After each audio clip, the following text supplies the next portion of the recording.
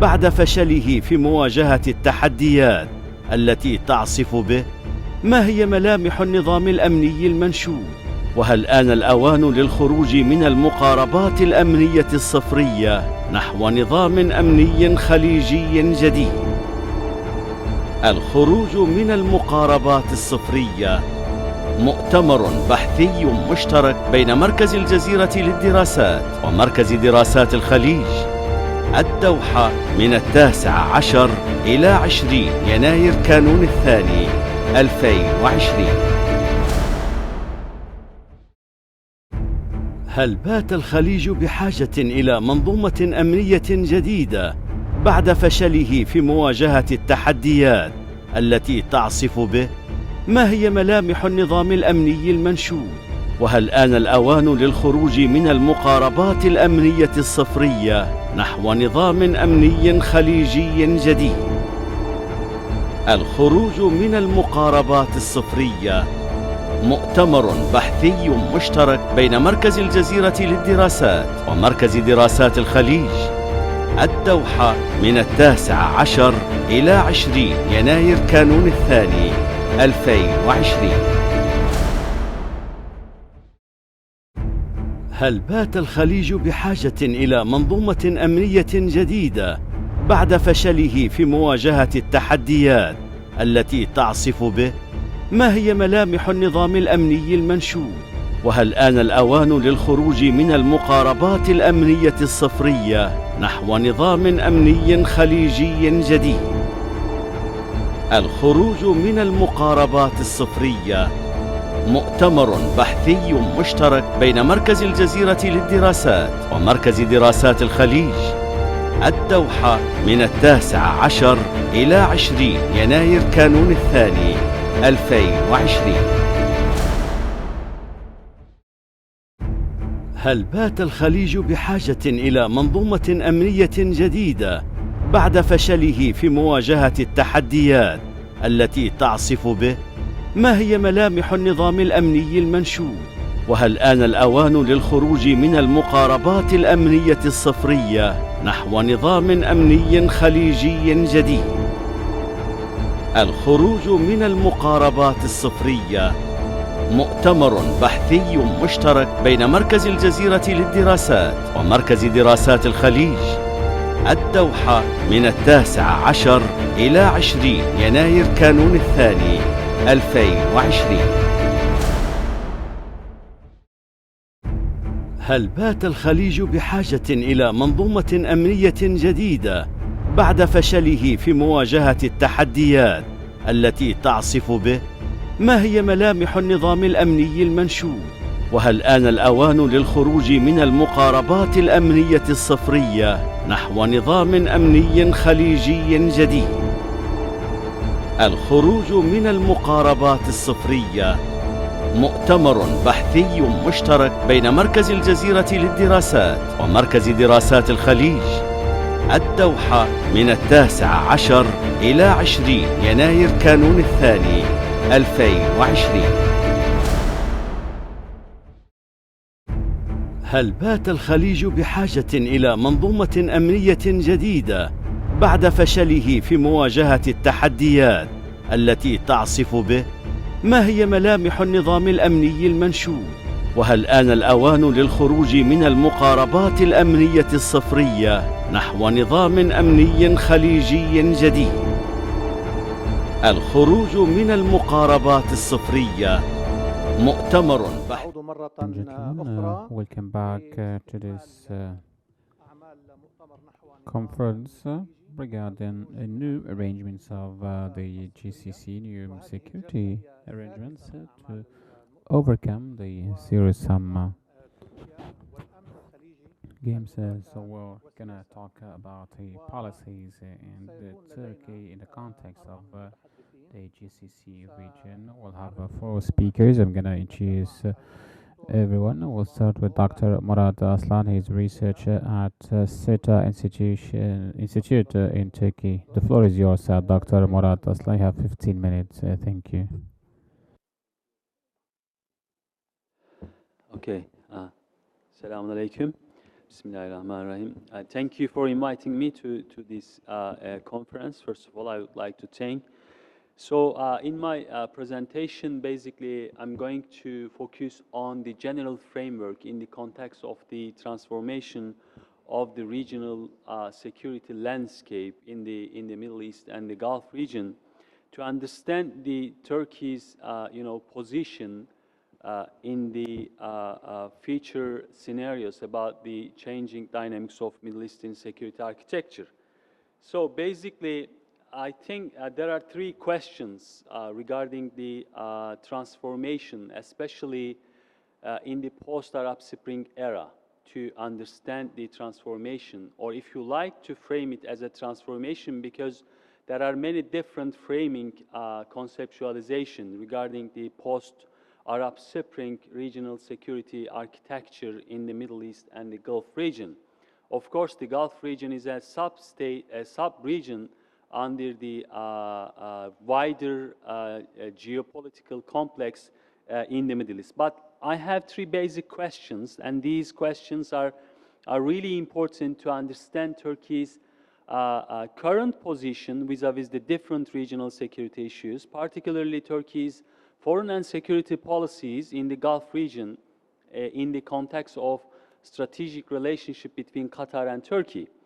So, but I mean, these questions are also important to understand the future politics, future transformation in the Middle East. So I have three basic questions in this regard. The first one is about how should we make sense of the Middle East security complex, or if you like, the landscape. And in order to, explain this, very crucial questions, we should look at the geopolitical transformation in the Middle East in the post-Arab Spring era. So the number two is about the new dynamics, the new features of the regional security complex in the Middle East. So what are the new features of the new regional security landscape in the Middle East? If there is a new regional security complex in the region after the Arab Spring, after the Syrian civil war and other intra-state conflict in the region. Of course, the final question is really, really important to understand and develop a common framework regarding the future of regional order in the Middle East. When we look at the debates, regarding the definition of regional security order in the Middle East, we have basically three different conceptualizations. So, and but all of the different conceptualization have been trying to understand the transformation, and all of them believe that there has been, Middle East has been under fundamental, significant transformation since the Arab Spring. The first group of, attempt to define the regional security architecture in the Middle East in the post-Arab Spring era is talking about the change, is, by looking at or by taking into consideration the evolutionary process in the post-Arab Spring era. There has been an evolutionary process in the Middle East. Not only, the regional geopolitical competition between the regional countries, but also the main security issues in terms of nature, in terms of their impact over the regional geopolitical complex. People or scholars are talking about the change. It's a kind of evolutionary process. The number two is about, is talking about transformation. It's a kind of dynamic process in which, different regional countries have been, influenced by different dynamics. For example, Turkey's security policy has been under radical, if you want to call it radical transformation, since the Syrian civil war, began to influence Turkey's national and regional security architecture. Look at, for example, Turkey's border security before and after the Syrian uprising, Syrian civil war. So therefore, in this context, we have a dynamic process. Therefore, we can understand the changing dynamics of Middle Eastern security complex by looking at the transformation in you know, domestic, national, and if you like, the regional level. So there is also another, you know, concept. There is also another domain in defining the you know, Middle Eastern order. It is rupture. It's a kind of revolutionary process which is claimed that everything has changed in the Middle East. So there was a rupture in which we will not see the same Middle East as it is today. So therefore, I mean, especially, you know, in order to understand which conceptualization are, you know, properly defining the current position of the Middle East, I think is really important. But how we should, you know, make sense of the current transformation in the region. So, I mean, of course, regional security complex theory is providing us a very comprehensive framework, but of course, it's not enough to understand and grasp the realities on the ground. But I believe that, you know, by looking at this conceptualization is really important. I do not want to, you know, look at the details about regional security complex theory, but these, you know, points are really important. So first of all, we have to look at the units level in order to understand, you know, the change, transformation of rupture, and the number of units are really important. How many different units, right, are operating across the region? States, non-state actors, violent non-state actors, terrorist organization, supranational, you know, organization, and, you know, military companies, private military companies. There are, you know, plenty of different non-state armed groups in the region which are operating against each other. So therefore, the number of units are really important. And the patterns of amity and enmity is another, you know, domains in which we can easily understand the difference and, you know, a complex geopolitical antagonism between regional countries. Not only actually on the state level, but also intra-level, you know, dynamics are also important to understand the geopolitical antagonism. For example, Iranian influence over the different, you know, countries in region is representing the amity and enmity, or the Saudi Arabia's or Turkey's actually military activism across the region is another important dynamics to you know, to understand the dynamics of amity and enmity. Of course, we should of course be very, you know, realistic regarding the changing dynamics of the distribution of power in the region. So, I mean, when we look at the process, of course, we have also a process. So how we, you know, have been, you know, reaching this point in the context of the current geopolitical dynamics. So one of the presenter was rightly, you know, undermining in the previous session that the lack of common understanding regarding the security is the main problem for the Middle Eastern insecurity waves, right? The waves of insecurity. Of course, an existential threat to the referent object is really a starting point to understand the driving factors behind the lack of a common understanding, common conceptual clarity regarding the security. Of course, as a second point, the initiation of the emergency actions. So when we look at the region, different countries have different strategies and tactics in tackling with the security issues. And the complex outcomes of the actions and the finally reaction against the action is another, I think, important point in the process of regional security. When we look at the consequences of the Arab Spring, I can, you know, underline, you know, 5 different problems to understand the incredible outcomes of regional security competitions in the region. Do I have time? Okay. So the first one, I do not want to also look into detail about how, for example, borders have been questioned since the Arab Spring. I mean, there are different actors in the region which can be, for example, defined as status quo or revisionist or other type of actors in the regions, which are undermining the very nature of Westphalian state conception by undermining the borders, which is recognized by international order. The borders lost their functions and lost their meanings. I mean, the debates about Sykes-Picot 2.0 and other types of debates regarding the questioning of border, a process of undermining the very nature of national or nationalism idea which is constructed by Westphalian order. So decline of sovereignty is another topic that we should really focus on, to understand the future of Middle East.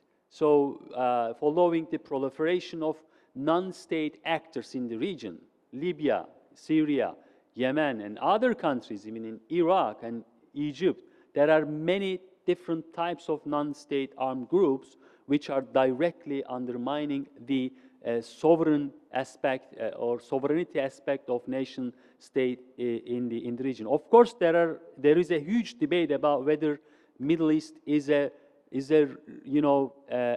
region which is representing the very nature of Westphalian sovereignty. Of course, it's not possible to talk about the Middle East can be understood, by directly focusing on the notion of Westphalian state order. Of course, it's not possible.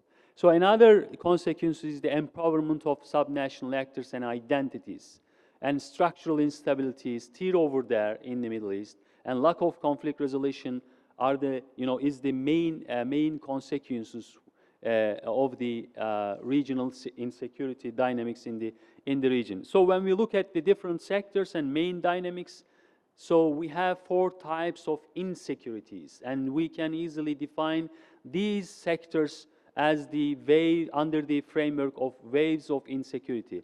First one is state insecurity, in terms of weakening state power; regime insecurity in terms of regime survival strategies; interstate insecurity, of course, which is one of the important dynamics. Security competition and proxy wars are directly undermining the possibility of the future order in the region. And societal and human insecurity is one of the catastrophic consequences of Arab Spring. I mean, different ethnicities and different sectarian communities are, moving in the region, and there is a huge mobilization in the region, and of course, the process of marginalization. So, of course, we have 3 domains to understand the future. If I may make some speculations about the future of Middle East, I believe that I think 3 different levels are really important to shape the future of wider Middle Eastern regional order. So in the first categories, we have a super or big power. In the second categories, we have regional powers. And in the third categories, we have non-state armed groups.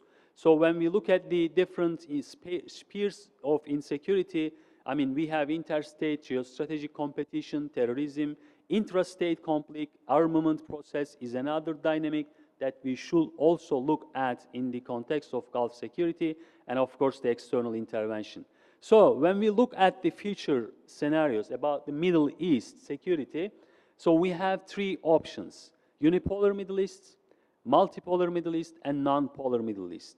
Unipolar Middle East is a distribution of power in which one state exercises most of the geostrategic, economic, and military influence, so on and so forth. And multipolar Middle East is a distribution of power in which more than 2 states have nearly equal amounts of military, geostrategic, and economic influences.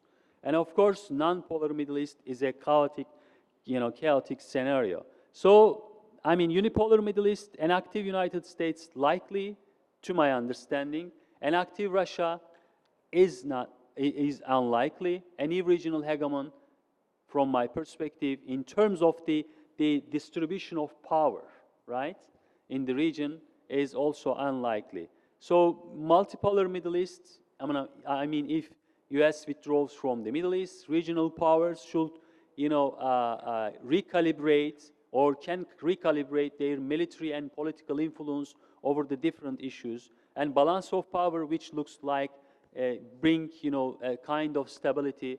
But this multipolar Middle East will be a restrictive security environment under which different countries should necessarily follow security and power competition policies. And of course, sphere of influence and relative stability. We have relative stability. And non-polar Middle East, we have regional power and new, small states might emerge, fragmentation and new states. It's going to be a conflict-driven, and it's going to be an unstable region. And of course, security for survival will be the main motivation for all states in the region without looking their power capacity. So thank you very much. شكرا دكتور. Thank you, Dr. Murad Shiltaj, Professor of International Relations at ENACA. So we have two Murads. Sorry, I introduced you as Murad. So we go over to another Murad. Murad Aslan will be at the end of this session. Now we move to Dr. Imran Begali. He's a researcher at SETA Institute in Turkey. The floor is yours. نشكركم جزيلا. السلام عليكم ورحمة الله ونشكر لمركز الجزيرة للدراسات. Thank you so much for the invitation. I'd like to thank Al Jazeera Studies Center, Qatar University, and also Gulf Studies Center. I'm very happy to be here with an elite of professors and researchers to talk about such an important issue. You know that the GCC countries are in the heart of a new geopolitical environment, and therefore Turkey has become also an important player. UAE في خليج العربي أن تلعب بخليج دور المحوري وإيجابي في المنطقة، ولكن تبنت الإمارات العربية المتحدة خاصة بعد But we have to understand what happened with the Saudi Arabia, and after Mohammed bin Salman, the Crown Prince, has taken charge of the political affairs. So his policy is in line with that of the United States of America and with that of the Israelis. So the United States of America and Israel and the United Emirates are all embracing the same strategy, and they do take the decision in the same vein. So their strategy and their strategy goes counter to the aspirations of the people in the GCC countries. And that's why we started to witness the appearance of the outlaws, he says, and this also poses a difficulty for any political consensus. So this tension between the Gulf countries and with Iran, of course, gives strength, of course, to Israel and the United States of America, that because their strength grew out of the division among the Gulf countries. Turkey, on the other side, which has all the time espoused the right of the people to decide their future, and Turkey, which has also made... No, mic, please. Mic. So according to my analysis, Turkey is not happy with the fact that the GCC region or the Gulf region will come into a battlefield between the United States and... The mic, please, the mic. بين هذه الدول الخليج Mike. خطة الولايات المتحدة الأمريكية والإسرائيل.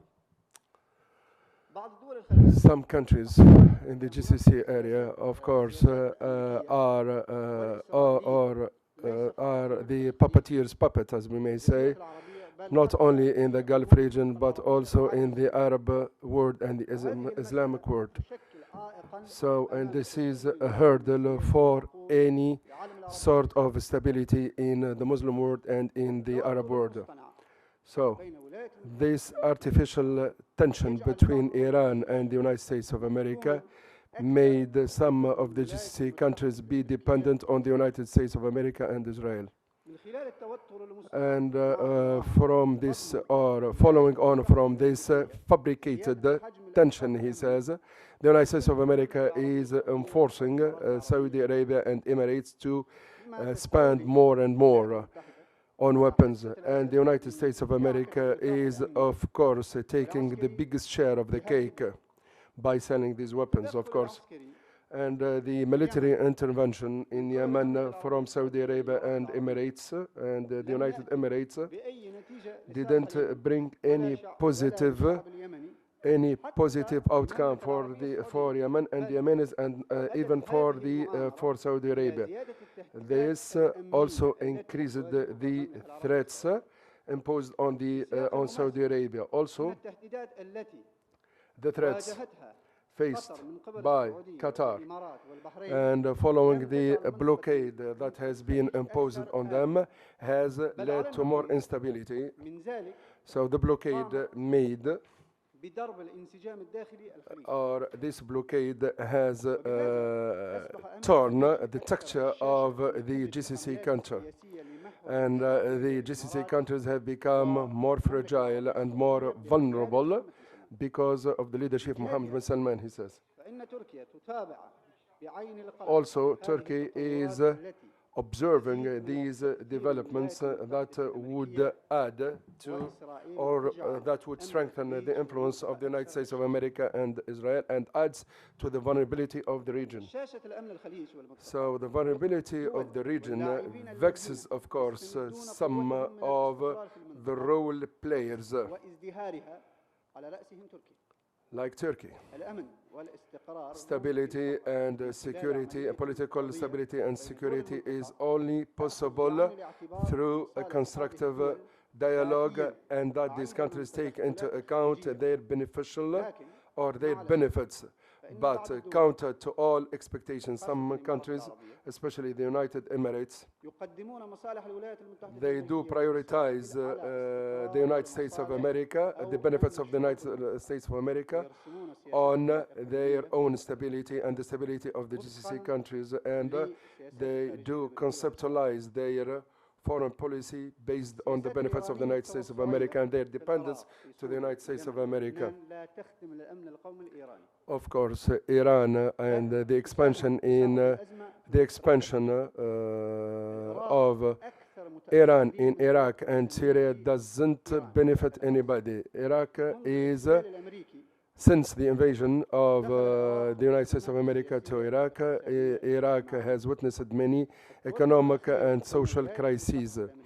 The latest tension between Iran and the United States of America has shown us that Iraq has become the battlefield. So the role of Iran here is to remain a source of pressure on the GCC countries. And Iran has chosen to give Syria to Russia instead of making the Syrian people the decision makers. And the Syrian crisis has become one of the worst crises in this area of the world. So the foreign policy in Syria has spread to, or the outcomes of these destructive foreign policies in Syria has spread to Lebanon and other countries. Hezbollah, for example, in Lebanon, which derives its strength from Iran, made Saudi Arabia, the United States of America, and France, they started to legitimize their intervention in Lebanon, as it أما happened ثمن with هذا الصراع Saad لبنان Hariri was forced to resign while he was in Saudi Arabia. أصبحت السياسات الإيرانية تجاه اليمن So the policies إحدى عوامل of الرئيسية Iran التي towards ساهمت في Yemen الذي عصف has اليمن also والذي led سيترك to the أثره على destruction 50 of Yemen, and that will السياسات remain الإيرانية في المنطقة for تترك the أثرها upcoming 50 years. العميق Also, the policies of Iran has resulted الاجتماعية الإيرانية has العمليات also الإيرانية الخارجية has لم also تؤمن الاستقرار الإيراني has also resulted بل جعلت البلاد in أكثر عرضا a sort للاستبداد الخارجي. of lack of stability there. تتبع تركيا للنظام الإقليمي So يستجيب Turkey تطلعات الشعوب Turkey aspires ويضمن تعميق التبادل or الاقتصادي wants والاجتماعي to والثقافي take into account the aspirations of the والتعاون people, بين الدول المنطقة. and Turkey also wants to strengthen النظام السياسي مع the فرنسا stability of the ممكن فقط GCC area. من So, خلال عملية التفاوضية so تشارك there فيها is only الصراع بين one way, only one way السياسة towards واجتماع stability, is that all the role players sit on one table and بعض take دول decision الخليج خاصة الإمارات العربية لعبت دورا مهما في إسقاط in a النظام unified way. But الرئيسي the United في عام 2013. but فيما تم the دعم United Emirates, المجاهدين من the قبل United الإمارات Arab of العربية. Emirates is the main reason that لقد لعب إسقاط made النظام Morsi في مصر lose his دورا presidency, he خاصا says. في And what happened in Egypt has had its shadows on the GCC countries. وبعض التحركات And there are some interventions and some, عام 2013 من الأزمة التي of course, كانت and تمر what بها happened وقتها.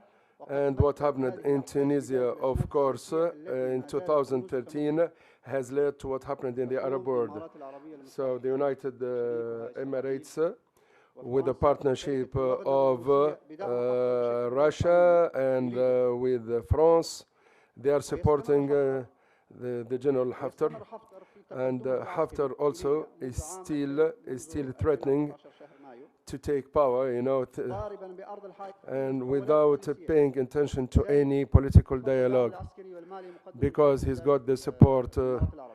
from Emirates. وقد لفت الانتقال برناردينو ليون هو كان And محبوساً Bernardino Leon, he was the envoy to Libya في في عام 2015 in 2015, خاصة في الحوار بين الليبيين في الصراع. especially when the dialogue of the Libyans took place. And after he ditched his position, he has become a president of one of the academies in the Emirates.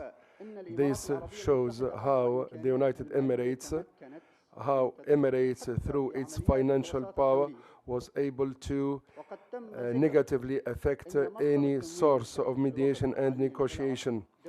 And it has been declared lately that everything that happens in Libya is being done through the militia of the Emirates. So instead of supporting the elected parties since 2012, the United Emirates or the Emirates or the Emiratis are embracing a destructive policy towards the Arab countries. So the destructive standpoint of the Emiratis threatens the Gulf countries, and it stood as a hurdle for any possible stability in the near future. But from the viewpoint of Turkey, the people should choose their leaders. And Turkey embraces the viewpoint that the only way to do away with the lack of stability is through a good dialogue. But the legitimate support of Emirates to Haftar in Libya has made Haftar the dominant leader, and this has also obliterated any possibility for a unified approach toward solving the crisis in Libya. And this forces the world role players now are opting for a better political solution. In other words, Turkey prefers that the GCC countries remain unified so that they play a constructive role. تهدد الحملات التي But the تقوم بها campaigns, بعض دول الخليج but خاصة الإمارات but العربية the تجاه the الخطر but the campaigns embraced النزاع by والانسجام الدولي Emirates against Qatar على الخليج العربي is أن تجاوز- threatening أن the تجاوز unity هذه of these countries, تهدد السياسات التوسعية and it الإيرانية also أمن threatens القومي and also وأمن الخليج the وأمن spread المنطقة and على also إيران the أن foreign تثبت بحدودها المعقولة policies ومقبولة. of Iran are على threatening الإمارات also the العربية unity of the المتحدة أن Arab world. تتراجع And عن دور- عن Emirates دوره or هدام في the دول المنطقة Emirates has to ditch وعلى رأسها ليبيا. or have to ditch their destructive role, especially in Libya, and they have to keep the GCC countries away from any such problems. And also the GCC countries have to delve into more diplomatic dialogues with Turkey and the rest. متوازنة And also, and here, so of course, the policies of Qatar, Oman, and Qatar are good examples to be embraced and followed. Thank you. شكرا جزيلا دكتور Thanks to Dr.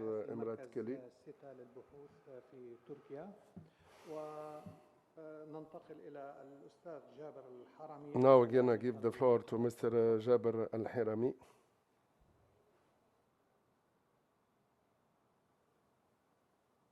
بسم الله الرحمن الرحيم. In the name of God, the merciful, the compassionate, أخواتي الكرام شكرا ladies and gentlemen, لإعطائكم جزءا من أوقاتكم thank you for being with us. بداية أنا نعتذر First of all, عن تمكني بالأمس I would like to apologize for not being present during the opening of this conference because I was outside Doha, and now I am part of this panel consisting of three Turkish speakers.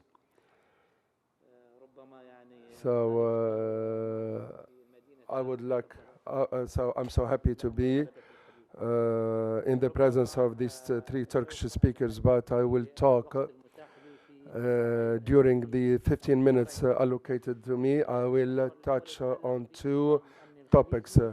I will talk about the security system in the Gulf or in the GCC countries and how Turkey is monitoring this system. So, of course, when we read the title of this press conference, or if we take the title of the press conference into account, people might think that there used to be a security system somehow, or security regime, and that we are now going to renew this security regime, as if we are looking for a new regime, while the facts are not. The facts are that there was no security regime, no real security regime in this area, even among the Gulf countries. And I will quote, or I will mention, or I will go back to history. For 40 years, and since the GCC countries have, or GCC Council have been established, there was no clear or real security regime. So the GCC Council, as you know, the Gulf Country Council came out of the Iranian and the Iraqi war. So the council was established 1 year after the war between Iran and Iraq has been declared. The council was established in 1981, after 5 months from the war. So the objective then was that this regime, that the GCC countries wanted to keep away from the outcomes of the war taking place between Iraq and Iran, and the GCC countries wanted to show that they are unified and that the GCC countries are against any outsiders and foreign threats. But after 40 years, this security regime, which or this council that has been established in order to face the external threats, but has become the source of internal threats, even more dangerous from the external threats. It goes, so this regime goes now, or this council now, has become the instigator of problems.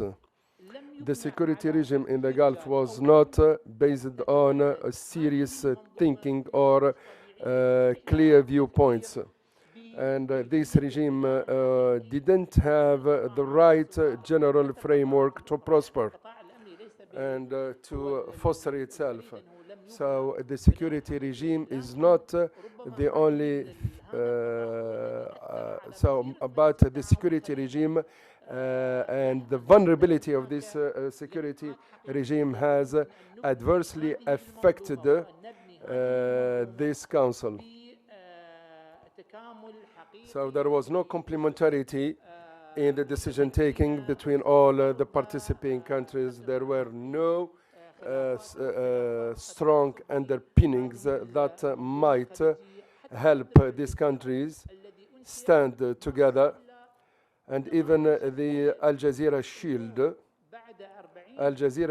that has been established has proved to be vulnerable and weak. And of course, so in the past, Al Jazeera shield used to consist of 4,000 armed forces, and even when Kuwait was invaded by Iraq in 1991, so the armed forces of Al Jazeera shield were not able to stop the invasion from Iraq because there was not a good because, as I said, the underpinning of this security regime were vulnerable, and that has been made clear when Iraq invaded Kuwait. So after that, it's been recommended that Gulf armed forces must be formed, and that they should consist of 100,000 military forces. And after 1991, so this recommendation was passed to Sultan Qaboos, and in Oman, of course, our colleagues in Oman studied and tried to find how this idea can be put into effect, but all the efforts of the Omanis were ditched, and nothing took place. So, but instead of this, now we started to see the foreign bases, and even of course, the trainings.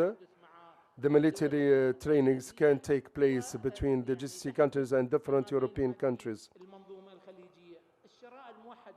Of course, and we talked about the purchase of weapons.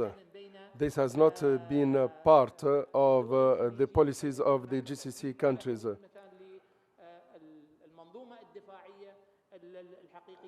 So, and even the defense policy was not unified. Who is the opponent of the GCC countries now? People differ in their opinions. For example, there are some countries who believe that Turkey is the main opponent, and other countries believe that Iran is the opponent. And even within the framework of the blockade imposed on Qatar, and some GCC countries are saying that Qatar is the opponent country of course, the Emiratis, the people from Saudi Arabia, and from some decision makers. And of course, Qatar, which is part of the GCC country, has turned into overnight into an opponent. So that's why I would say that there is no common regime strategy that will help the GCC countries establish a good يتوقعها ولم يكن and أي صانع أو أي مواطن خليجي no single citizen in the GCC countries العلاقة could have imagined that the GCC countries will reach such a stage, كيف يمكن أن نبني نظاما such a stage of conflict. How can we build a security regime in the lack of trust and confidence among people who are taking me as their main opponent? So how can we establish such a security regime in the light of such destructive measures? I said that I will be back نقطة أنه ليس هناك نظاما خليجي to I said that there is no security regime in the GCC. After the GCC Council was established after 5 years, it's been clear it's been clear that there were some conflicts between Bahrain and Qatar. In 1996, there were some attempts from some GCC countries to overthrow the emir. So, and also there were some conflicts regarding, oil production about some geographical areas.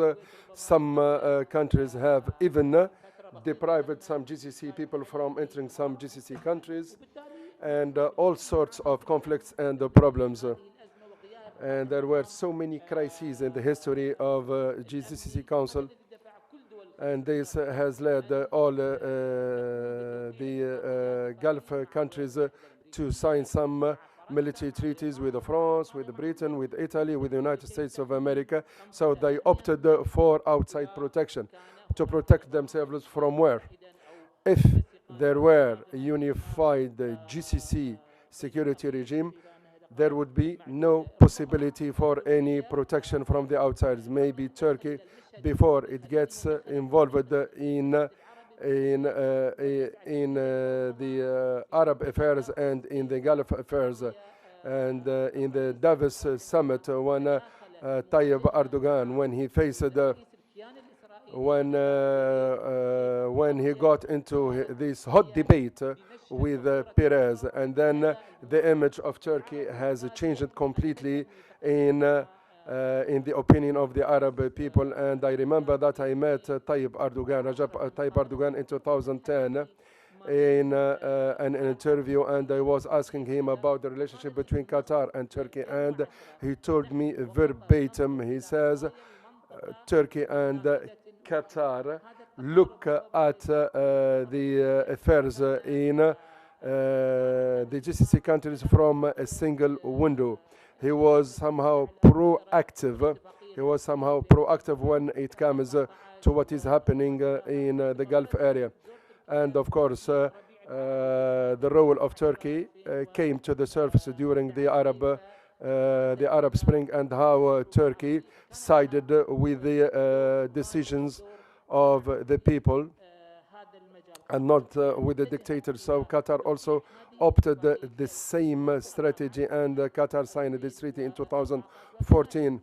And as if Qatar did have a proactive vision after what happened to Qatar in 2013 and 2014, after the same countries who imposed the blockade withdrew their ambassadors. So at that time,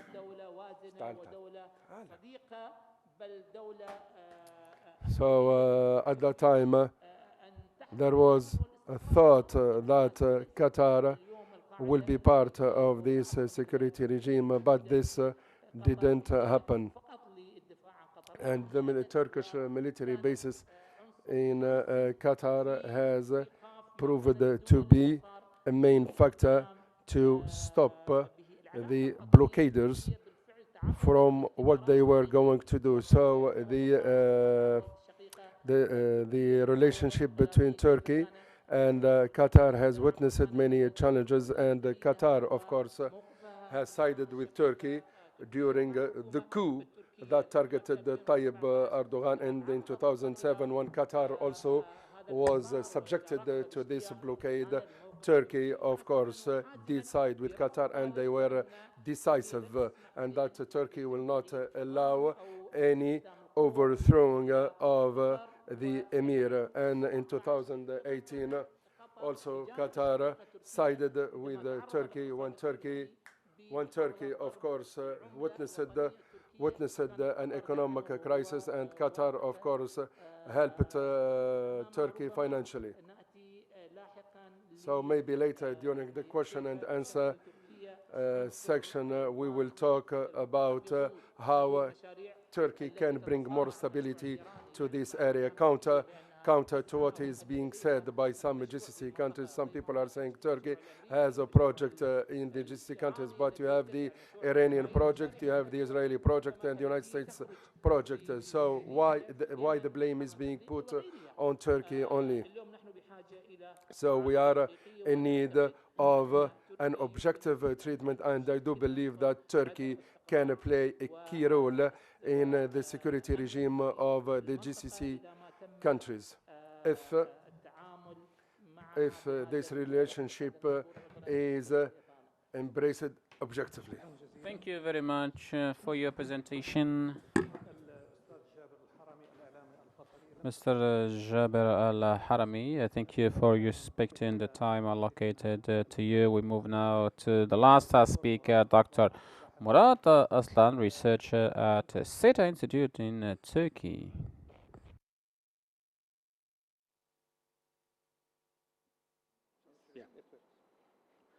Okay, thank you.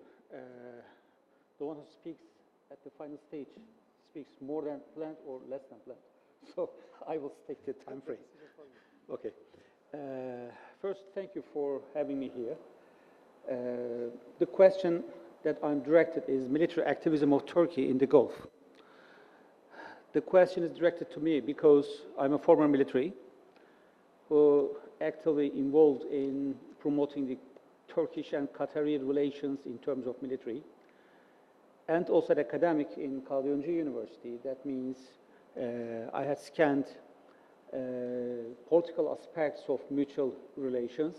So I will try to answer this question, why Turkey is in the Gulf by military apparatus, mainly in Qatar. But I think the question should be directed to another course. Under what circumstances states commit or start a military action, including a passive or active one, doesn't matter, because we have to understand the general mood of the state actors to start such kind of undertakings. And on the other hand, we have to compare it with the actions in diplomatic course and compare it with the ones that is more or less military. But I would like to remind something. Turkish presence in the Gulf is not a consequence of Turkey's sole attempt, but after an agreement with Qatar. That means military activism, I think, is not a right word to define Turkish military presence in the Gulf. Because if you say activism, it requires a kind of intervention, despite the fact that somebody is opposing you. But it's clear that Turkey is here because two countries agreed on it. That's the reality. The second issue, we have to know the dynamics either in Qatar or Turkey just to delineate the level of engagement in military, and we have to know their four different dynamics, I believe. The first one is the perspective. While scrutinizing the foreign policy options of any country, we have to go deeper and deeper in the kitchen of diplomacy. And in my opinion, perspectives are the prominent ones to be scrutinized. Because perspectives of the leader, state system, political parties, the public at the lowest level, or individuals after accumulation of them, are factors. So what are the perspectives of Turks and Qataris in agreeing on having a military base in Qatar? For sure, if you go through the Qatari perspective, as you have mentioned, sir, search for security. Because Gulf is in a location that there are many challenges, and either, I'm quoting, miscalculation or misunderstanding in this region may lead us to grave consequences that we can't revert it back. So there is a need in here for Qatar to search for security. On the Turkish side, on the other hand, Turkish perspective is transforming right after the July 15th coup attempt. Turkey was passive in foreign engagements up until then. But after 2016, Turkey preferred to have proactive stance in the foreign engagements, and military is one tool. And right after 2016, we have seen that Turkey has to first be transparent to tell what they are thinking about the current events in Syria, in Gulf, in Iraq, or in Iran, and by that way, it can be emulated by the foreign actors. And the second thing, there must be a dual exploitation of diplomacy. I don't want to use the term exploitation, though. It's an American word that describes this act, diplomatic tools and military tools, assets. Once you start diplomatic tools, then you talk, agree or disagree, try to compromise, and later then, you do something together or you cut the relations. On the other hand, if it doesn't work, military becomes an option, and depends on at what level you need a military option. You start an undertaking either by show of force, force projection, actively exploiting the military assets on the ground to deliver a message, or directly engage within a conflict or total war. And for sure, wars did not solve any of the problems from the very beginning of the history. The second dynamic I want to focus on, other than perspectives, are expectations. We usually focus what's going on. I think the question should also include what will happen in future. What do I expect? Because expectations drive statesmen to start something maybe years before the realization of the asset on the ground. You can sign a deal, but the expectation may be leaning on a different event that will occur in the region.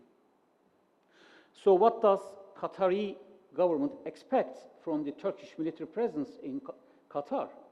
That's the question. The first issue, it's a long-term engagement. That means Qataris host military base of Turks in here for an expectation still based on security, to counter the dynamics in the Gulf that we are talking about for the last 2 days, and that's clear. And for Turkey, Turkish expectation is or cannot be present to the Gulf region. As other friends expressed, Turkey is concerned with the activities of Saudis, United Arab Emirates, very close to Turkish borders, and there must be a kind of balance in the Gulf region, and a military posture in here is a message other than supporting Qatari friends, because we share the same ideals, same interests, and why not? The third dynamic is interests. If there's a compromise of interests, I think it's easy to realize any kind of engagement, and it's the golden rule, actually. But other than interests, the fourth dynamic is concerns. Mostly, concerns are for survival, for promoting an alternative or something else. But the concerns of Turks and Qataris in Gulf region leans on the same pillars, I see. So right after these this process of evaluating dynamics, I believe that decision-making process should also be handled. Because while deciding such a serious act, sending military troops abroad, you have to be accountable for the local public, because if you once lose a body, that means it will be the downgrading of the political credibility at home. So I think Turkey was in between interests and moral values. In Qatari case, we see that both interests and moral values promoted such decision. Interests, okay, if you cross-check them, they are the same in the Gulf region. On the other hand, for the moral values, this is the difference of Turkish foreign policy, I believe. If you just review the President Erdogan's speeches before the public and behind the doors, you can see, for instance, some certain words that is not be used by most statesmen. For instance, we call vicdan. What does that mean in Arabic? It's a sense that you have mercy upon the others, right?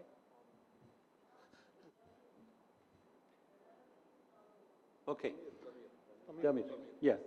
Or if you go through the speeches again, it's humanity, human. It's really alien words for the most statesmen who are in search of interests. So if you come to the relations of Turks and Qataris in terms of concluding a military agreement, I think both just coincides with each other. And another question should be, what's the ultimate aim of such a decision? Because if you don't miss the ultimate aim, then you go to a wrong course. I think that the ultimate aim is to establish a kind of course that is first based on psychological aspect of the witness problems. Once you send military to another country, if it's not an intervention, then you overtly declare that you are with him or her, with the other state. And in case they need, you show your commitment, even though the capacity and capability of this military posture is inadequate to respond to threats. Okay. Another one is political effect. The ultimate aim of both, I believe, is to spill over this relation to the other fields, not imprison to military options. And we see that there's an increasing interaction between two countries, not only at the leadership level, but also state level and public level. And to the final extent, this spillover will also cover other sectors like defense sector, defense industry.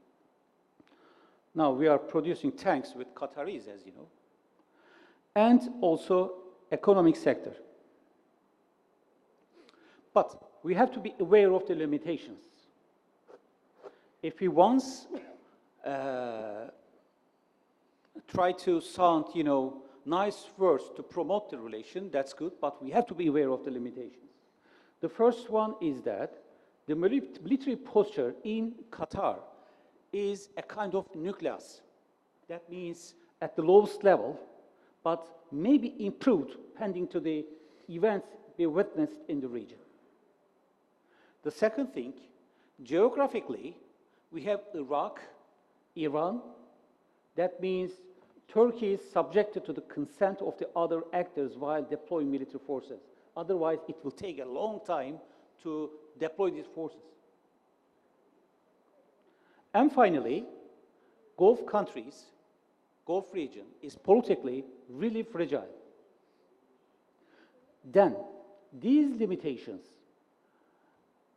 must be managed by the measures period to active usage, or in case Qataris request the usage of this military force.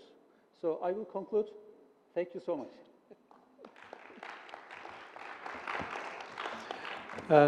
شكرا جزيلا دكتور. Thank you so much, Dr. Murad Aslan, research at SETA Institute in Turkey. We have less than half an hour to go for questions. So we'll take questions. Please keep your questions very, very short and keep your questions precise so we can go back to the speakers to answer your questions. Thank you. سنأخذ كالعادة من الضفتين. We'll take from both sides of the room, as usual. Ladies first, إذا ما فيها مشكلة. تفضل. Thank you. For once, I'll exercise the privilege given how few women have been presenting today. My question is for Murat number one. Yes, and it regards, and by the way, thank you very much for all of the presentations. They really were an education and very important for us to hear in Qatar. Murat, you spoke about the lack of conflict resolution mechanisms in your presentation. But I'm wondering to what extent you also need to take account of the lack of political will to leverage. Because, for example, if we look at the Palestinian-Israeli conflict, we see that, in fact, in the past, we can include the Arab Initiative, we can include the Oslo Initiative, there are mechanisms there. It's something else that stops forms of resolution. I'm not saying that your point with respect to the GCC and lack of conflict resolution mechanisms isn't correct. In fact, it's very pertinent, and it's something that needs to be addressed further in thinking about new Gulf security regimes, that more attention needs to be paid to conflict resolution and conflict resolution mechanisms. So I think your point was very well made there. But if perhaps you could address the issue of leverage and the lack of political will by actors, state actors in the region and external actors. Thank you very much indeed. شكرا جزيلا دكتور محجوب. شكرا جزيلا. أنا في الحقيقة ملاحظة قصيرة. I have a quick remark while talking about the Iranian and the Turkish abroad. I think it's appropriate to try to make a comparison between both roles. Why when we talk about the Turkish role with regard to safety and security of the Gulf region, I think that there is a level of satisfaction also among the adversaries of Turkey, but the level of doubt at the level of the Iranian role, despite the geographical proximity, there is a high level of doubt. How can we understand this level of doubt? Is it related with the political discourse? Is it related with the structure of the state in Iran? Yes? My point is the complexity of the Middle East. أريد أن أتحدث عن تعقيدات الموجودة. And during that time in the 70s, we were led to believe that the citizens of the world were led to believe that the West in general and US in particular were very much supportive of Saddam, Iraq, that is, and against Iran. And in the last time, the coalition of the willing, Ahmed Najad was in the green zone. That means he would not have been there without the consent of the coalition of the willing. So then again, here you have Iran tacitly allowed to intervene, probably in the context of Shia vis-a-vis Sunni. Here we have Iran and Turkey, which is Sunni and Shia, and they're in good terms. We have the Arabs and the non-Arabs, Ajab and Arab. Therefore, also against the backdrop of Islamic civilization, which was Ummah al-Islamiyya, in different stages, Umayyad, Damascus, Abbasiyad, Harun al-Rashid, Bayt al-Hikmah, Ma'mun, Fatimiyyad Mamluks in Egypt, and Islamic civilization, Cordoba, Andalusia. Against that backdrop of then you mentioned the moral values. Therefore, if there is a good terms between the Shia and the Sunni of Turkey and Iran, what is stopping the rest to follow suit? In particular, the Arab world, Gulf states include Syria and also Egypt and Iraq itself. Thank you. اوكي شكرا. الغلبة في الحديث السيدات، بس يذكرني من سيتحدث في الضفة الأخرى. نعم تفضلي، ثم سأعود هناك ثم. Dr. Emrah, you mentioned that Turkey and Qatar shared interests. Could you tell us what those interests are?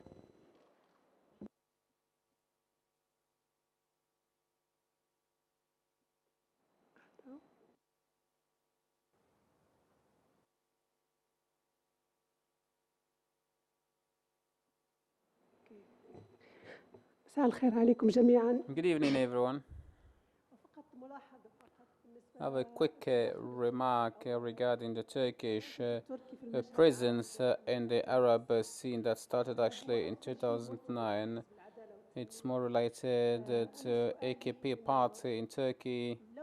My question, if we suppose that the Turkish government changes within 4, 5, 10 years, are we going to see a change at the level of the Turkish policy in the Arab region, knowing that there are nationalist parties within Turkey refusing the Turkish official policy? Dr. Fatma?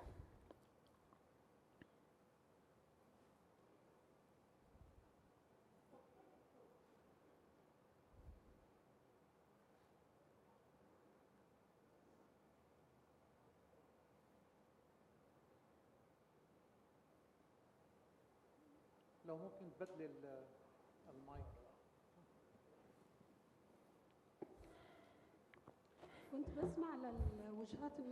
I was listening to the different views related to the evaluation of the Iranian role, and it's doubtless to aside this point of view of evaluating the Iranian role by Turkey. Of course, there is competition between Iran and Turkey in the region, but I have two remarks. We cannot look with all this negativity to the Iranian role, and at the same time we cannot look at the Turkish role as being an angel. So we cannot have this angel-devil equation between Turkey and Iran. Turkey is the angel and Iran is the devil. For example, I attended many Turkish-Iranian conferences, and both of them were, praising each other for the role in the Middle East. So actually there is no such rivalry that some are trying to portray between Iran and Turkey.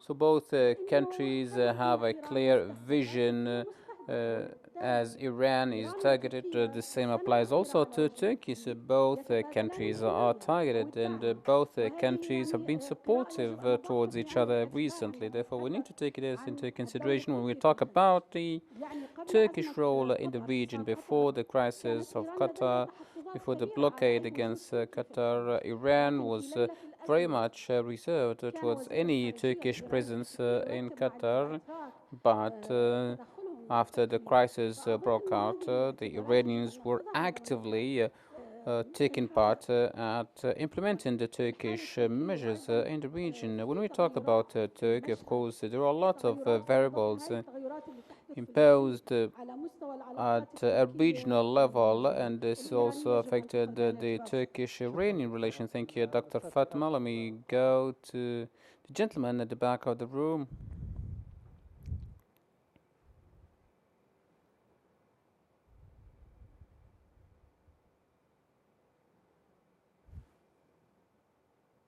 اوكي نعم نعم تفضل.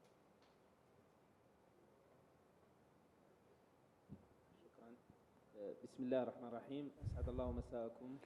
Good afternoon to everyone. Ahmed Mohammed Kawar from the police faculty. My question goes to Mr. Jaber Al-Harami. In light of these international aspects and factors, you spoke in the beginning about the failure of unified GCC structure. Do you think that today we have very strong perspectives that support establishing a new GCC structure, or do you think that the reality might get worse?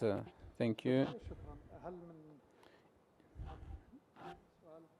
Any further question? So we took all the questions. Sorry, yes, go ahead. السلام عليكم ورحمة الله وبركاته. هو سؤال بس حول وضع رؤية مستقبلية للأمن. لماذا لا يتم الميكروفون I have a quick question related to developing a future vision. Why can't we see, why can't we have a security order in the region with support of the countries who share the same views with Turkey? Why can't we have an anticipative policy? We go back at the speakers. Every speaker has 3 minutes to answer the questions addressed to him. So either you answer or you comment on the questions addressed to you. We start with Dr. Murad Yildat. شكرا جزيلا على كل هذه Thank you for the question. Yeah, I mean, you are absolutely right. The political will is really important and is really driving factors behind the establishment of a conflict resolution mechanism. But I think the problem of the Middle East is not only the problem of the Middle East or the Gulf region. You know, when we look at the 3 different levels to understand the lack of conflict resolution mechanism or the problem regarding the logic, I think. We have 3 actually domains in the international level in which the United Nations is one of the important pillars of the conflict resolution mechanism. But unfortunately, United Nations cannot bring any comprehensive solutions vis-a-vis any particular crisis, security crisis in the region, especially in the Middle East. You know, the Syria is one of the textbook example to understand the lack of conflict resolution mechanism on the scale of United Nations. So in the regional level, of course, there are many problems. The first problem is the capacity problem. You know, rather than defining the political will as the main driving factors behind the lack of conflict resolution, I think the capacity problem, material capacity problem is one of them. And the second one is the norm problem. There are, lack of normative aspect to, establish the regime regarding the security, trade, international law, to maritime disputes and other regional problems. So the norm is really important. There are some countries in the international system which can easily produce norm. There are some other countries in the international system which are consuming the norms. So none of the countries in the region can capable to produce norm. So this, which ultimately undermine the potentiality of the conflict resolution mechanism. So the political will is the number, 3 in this regard, in terms of the problem. And of course, the culture regarding the solving the problem. This is my answer to the first question. And I have also, I think, the second question regarding the potential political transformation in the Turkish domestic politics, right? So, of course, there are many different scenarios regarding the future of Turkey's domestic political spectrum. Of course, there is a mutually constitutive relationship between domestic politics and foreign policy. So there is also debates in Turkey regarding AK Party's foreign policy. So therefore, the Turkey's involvement into the Gulf or the Middle East is perceived as one of the problem by the opposition parties. So therefore, I think we should think about, or both countries, Turkey and Qatar, should rethink about how they can able to institutionalize their relationship. This is, I think, really important in economic domain, military and political domain. And secondly, we need a very comprehensive strategic approach to establish a unique and particular strategic model between Qatar and Turkey. I think this is also important. And thirdly, I think both countries need to develop an alternative action plan or roadmap for the future potential crisis. Thank you. Thank you. شكرا دكتور يشلطاش. دكتور يشلطاش. دكتور إمرا. 3 دقائق. شكرا. طيب. بالنسبة طبعا علاقة بين دولة تركيا ودولة إيران. Regarding the relationship between Iran and Turkey, there is a very strong relationship because both countries are two big players and major players in the region. And in all diplomatic or academic meetings of both countries, there's always an exchange of views and opinions between both sides, and we cannot look at either side as a devil or angel. We don't use these terms actually. We don't use these, how to call them, these religious terms in political analysis. Turkey and Ankara, deal with Iran and Tehran as a state. So we are political analysts, and as political analysts, we analyze the Iranian presence in the region, and the same is done also by Turkey. So both countries are dealing with the legitimate institutions in both countries. So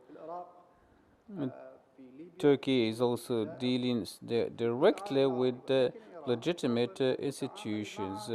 Iran maybe is working in a different way. Iran is working with non-state actors such as in Yemen, in Iraq, in Syria. That's why the Iranian role does not produce positive results for Iran in the region. And I think that Iran has the capability to play a positive role in the region. And also the Iranian role is not productive for the Iranian state, but unfortunately the balances in the region were not established by the native members of the region, but they were dictated by external powers such as UK, USA, and so on.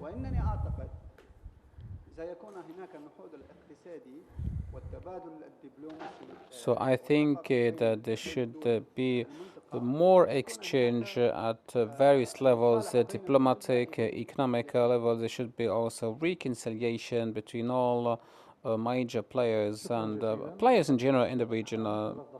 Mr. Jaber Al-Harami, you have a question to answer, I guess? Yes? Yes, a question related to the potential of re-establishing the structure of the GCC Council. Yes, that's possible, but there are some preconditions for that, especially nowadays the six countries are facing much bigger changes than before. I think that we need to re-establish and rebuild this institution on a strong and sound foundation. I think that confidence is at its lowest level since at the beginning. I think also the internal policies should be activated. These policies are there, but they are not in practice. Now we're entering into the third year, and this mechanism, was not activated. وما يعرف خليجيا بحب الخشوم وتم اتصاله أن تتكرر هذه الأزمة كما حدث في سنوات ماضية. So we might see such kind of crises here in the GCC region recurring constantly. So therefore, the mechanisms of conflict resolution should be activated regarding Iran. I think the region has no other option rather than working together with Iran. You cannot change the geography. You cannot move Iran away from us, or you cannot move our countries away from Iran. Dr. Mahjoub spoke about this doubt with regard to the Iranian role and the welcoming of the Turkish role. Of course, Iran's role, Iran's experience in the region are negative since the establishment of the Islamic Revolution. The Iranian regime has been trying to spread Shiism in the region, so therefore there is no confidence towards Iran and Turkey since 2002. There was a fundamental change. Turkey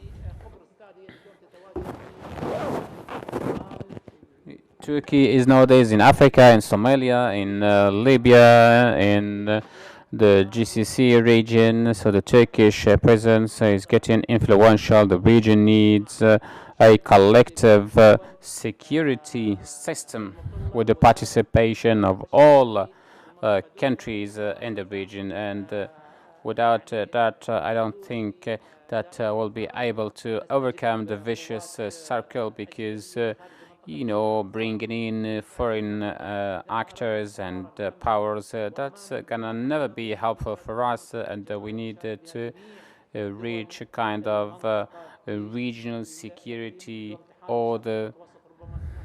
You heard maybe of the East Mediterranean coalition, so why not can't we also here in the region have our own alliance? Thank you so much, Mr. Jabal Harami, Dr. Aslan.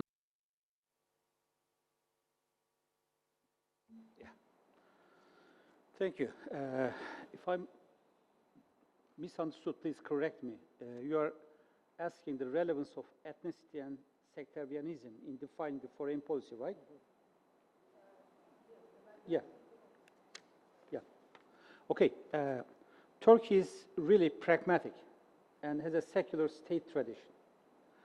If there's a problem surrounding Turkey or behind these, countries, I don't remember any kind of incident that Turkey act pending to the, prejudices or biases that is based on ethnicity or sectarian. So whatever the interests and moral values impose, Turkey goes in that direction. For instance, Turkey may cooperate with Iran in Syria just because of the fact that Iran is a reality in Syria. So Turkey does not care if Iran is Shia or not, because Iran is a reality. The same is valid for the other regions. If the other state is Sunni, like Saudis, then Turkey does not care if the interests are conflicting to each other and be pragmatic again. So I think that satisfies your question. I don't know. Or we can consult later on. The second issue, interests of Turks and Qataris. Okay, it depends on, again, perceptions. We know that there's an ongoing effort in the Middle East to transform first regimes, and nowadays not the regimes but leaders. Let's take Sisi of Egypt, for instance. He is a project of Eastern Mediterranean hydrocarbon calculations. We see the similar thing in Libya nowadays by means of Haftar. So Turkey does not want to see, this is my observation, personal view, does not want to see a change that is forced by the willingness of the others. And I believe that Qataris share the same thing, because just remember the crisis, there was a to-do list by the Saudis or Saudi bloc, and Qataris were imposed to do something that they do not want to do. And we know that the level was downgraded, not to regime change, but the leader change. And if you compare this attitude with the July 15th coup attempt in Turkey, the same thing. Nobody wanted to change the regime of Turkey, but the leader. So this is the basic. And the second issue is the region-wide undertakings of the Gulf countries. Then an example for that, why Saudis are supporting Salafis in Libya against whom? And why Saudis are supporting PKK in Syria by pledging $200 million against whom? I mean, if the perceived risk or threat do something that you don't favor, and you are at the same stance with the other actor, that means it will have you come closer with the other one. On the other hand, Qatar is the appropriate country, the best country actually, in Gulf region that Turkey can pursue the policy in the Gulf region. You can, take the foreign policy posture, you can take engagements, you can take mutual relations, so why not? Other question, sorry for having it long, Turkish-Iran competition. I think I answered this question. Yeah, answered this question. And any change in the government? I don't think that. Turkey is a state with culture, state culture. Okay, there may be some opponent voices raising or questioning the relations of both, and this is the nature of democracy, because they should question, this is their right, but it doesn't mean that the relations will deteriorate just because they criticize it. And if a government change occurs in the region, the state mechanism behind the doors will run, calculate, and act. And I don't believe that the relations of Turks and Qataris are just a matter of decision that came out from the lips of two leaders, but a deep calculation before that. اوكي. Thank you. شكرا جزيلا الدكتور مراد أصلان الباحث في مركز سيتا للبحوث في تركيا، وكذلك الشكر للسادة المتحدثين مراد أشلطاش أستاذ العلاقات الدولية في جامعة أشلطاش Dr. Imra Kikili and Mr. Jabir Al-Harami. كما الشكر لكم موصول السادة الحضور. We go now for a break, and we come back for the fifth panel discussion. We'll have 15 minutes for the break. Dr. Azzuddin Abdel Mawla will be the chair of the the last session. Thank you.